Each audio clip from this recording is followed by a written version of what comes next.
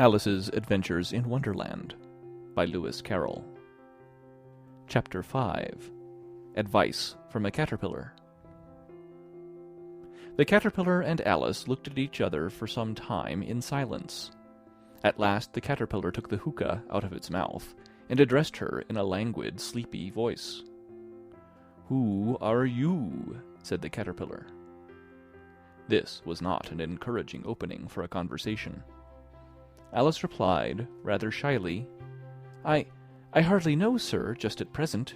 At least, I know who I was when I got up this morning, but I think I must have been changed several times since then."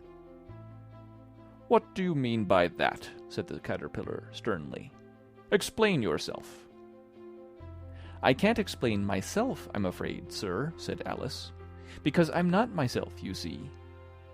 "I don't see," said the caterpillar. "I'm afraid I can't put it more clearly," Alice replied, very politely, "for I can't understand it myself to begin with, and being so many different sizes in a day is very confusing." "It isn't," said the caterpillar. "Well, perhaps you haven't found it so yet," said Alice. "But when you have to turn into a chrysalis, you will someday, you know, and then after that into a butterfly, I should think you'll feel it a little queer, won't you?" "Not a bit," said the caterpillar. "Well, perhaps your feelings may be different," said Alice. "All I know is, it would feel very queer to me." "You?" said the caterpillar contemptuously. "Who are you?" Which brought them back again to the beginning of the conversation. Alice felt a little irritated at the caterpillar's making such very short remarks, and she drew herself up and said, very gravely, "I think you ought to tell me who you are first." "Why?" said the caterpillar. Here was another puzzling question, and as Alice could not think of any good reason, and as the caterpillar seemed to be in a very unpleasant state of mind, she turned away. "Come back," the caterpillar called after her. "I've something important to say." This sounded promising, certainly. Alice turned and came back again.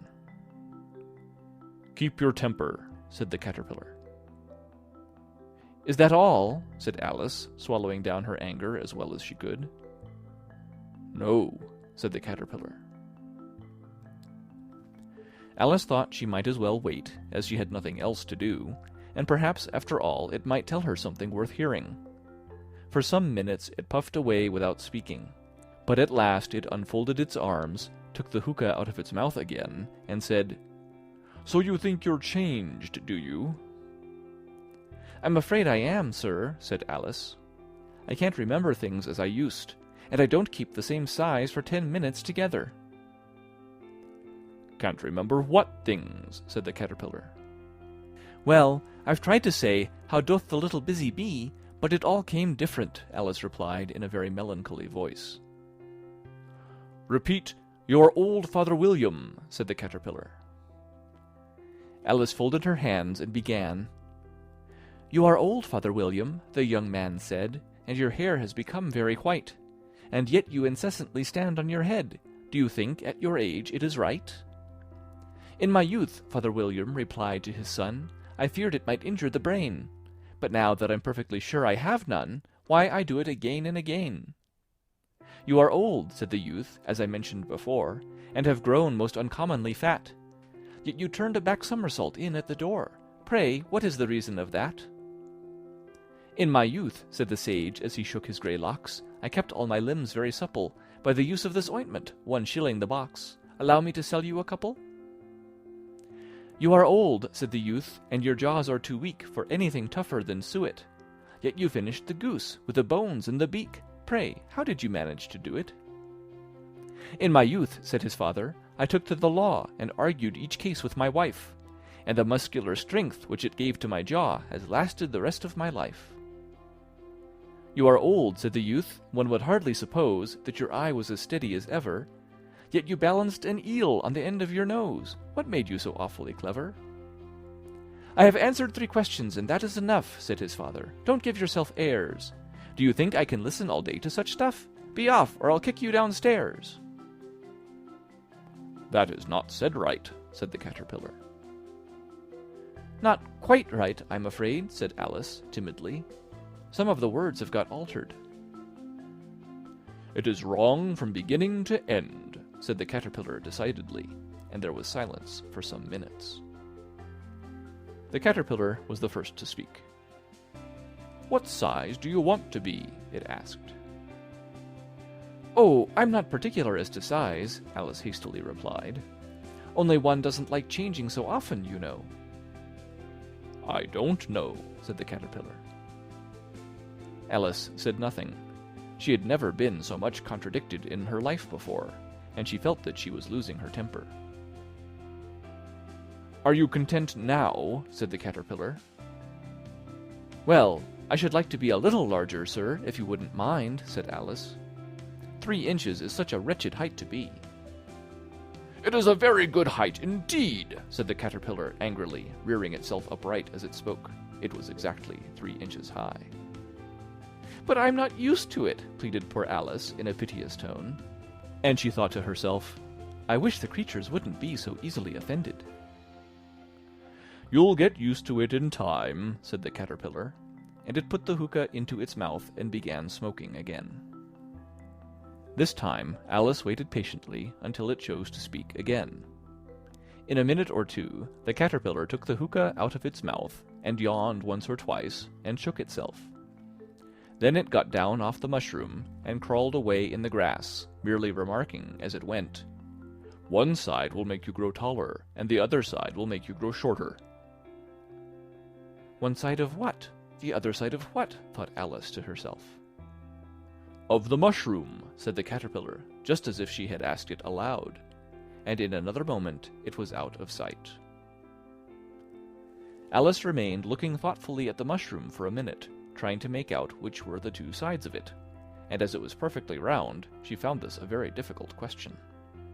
However, at last she stretched her arms round it as far as they would go, and broke off a bit of the edge with each hand. And now, which is which? She said to herself, and nibbled a little of the right-hand bit to try the effect. The next moment she felt a violent blow underneath her chin. It had struck her foot. She was a good deal frightened by this very sudden change, but she felt that there was no time to be lost, as she was shrinking rapidly. So she set to work at once to eat some of the other bit. Her chin was pressed so closely against her foot that there was hardly room to open her mouth, but she did it at last, and managed to swallow a morsel of the left-hand bit. Come, my head's free at last, said Alice in a tone of delight, which changed into alarm in another moment, when she found that her shoulders were nowhere to be found. All she could see, when she looked down, was an immense length of neck, which seemed to rise like a stalk out of a sea of green leaves that lay far below her. What can all that green stuff be? Said Alice. And where have my shoulders got to? And oh, my poor hands, how is it I can't see you? She was moving them about as she spoke, but no result seemed to follow, except a little shaking among the distant green leaves. As there seemed to be no chance of getting her hands up to her head, she tried to get her head down to them, and was delighted to find that her neck would bend about easily in any direction, like a serpent. She had just succeeded in curving it down into a graceful zigzag, and was going to dive in among the leaves, which she found to be nothing but the tops of the trees under which she had been wandering, when a sharp hiss made her draw back in a hurry. A large pigeon had flown into her face and was beating her violently with its wings. "Serpent!" screamed the pigeon. "I'm not a serpent," said Alice indignantly. "Let me alone." "Serpent, I say again!" repeated the pigeon, but in a more subdued tone, and added with a kind of sob, "I've tried every way, and nothing seems to suit them." "I haven't the least idea what you're talking about," said Alice. "I've tried the roots of trees, and I've tried banks, and I've tried hedges," the pigeon went on without attending to her. "But those serpents, there's no pleasing them." Alice was more and more puzzled, but she thought there was no use in saying anything more till the pigeon had finished. "As if it wasn't trouble enough hatching the eggs," said the pigeon. "But I must be on the lookout for serpents night and day. Why, I haven't had a wink of sleep these 3 weeks." "I'm very sorry you've been annoyed," said Alice, who was beginning to see its meaning. "And just as I'd taken the highest tree in the wood," continued the pigeon, raising its voice to a shriek, "and just as I was thinking I should be free of them at last, they must needs come wriggling down from the sky. Ugh, serpent!" "But I'm not a serpent, I tell you," said Alice. I'm a... "Well, what are you?" said the pigeon. "I can see you're trying to invent something." I'm a little girl," said Alice, rather doubtfully, as she remembered the number of changes she had gone through that day. "A likely story indeed," said the pigeon in a tone of the deepest contempt. "I've seen a good many little girls in my time, but never one with such a neck as that. No, no, you're a serpent, and there's no use denying it. I suppose you'll be telling me next that you have never tasted an egg." "I have tasted eggs, certainly," said Alice, who was a very truthful child. "But little girls eat eggs quite as much as serpents do, you know." "I don't believe it," said the pigeon. "But if they do, why then they're a kind of serpent, that's all I can say." This was such a new idea to Alice that she was quite silent for a minute or two, which gave the pigeon the opportunity of adding, "You're looking for eggs, I know that well enough, and what does it matter to me whether you're a little girl or a serpent?" "It matters a good deal to me," said Alice hastily, "but I'm not looking for eggs as it happens, and if I was, I shouldn't want yours. I don't like them raw."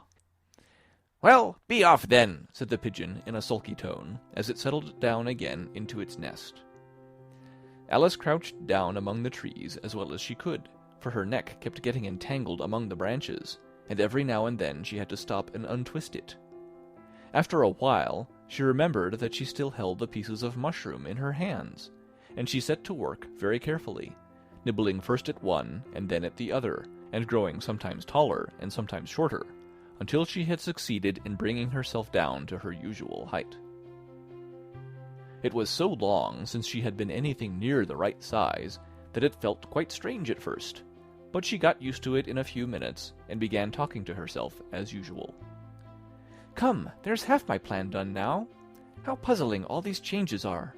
I'm never sure what I'm going to be from one minute to another. However, I've got back to my right size.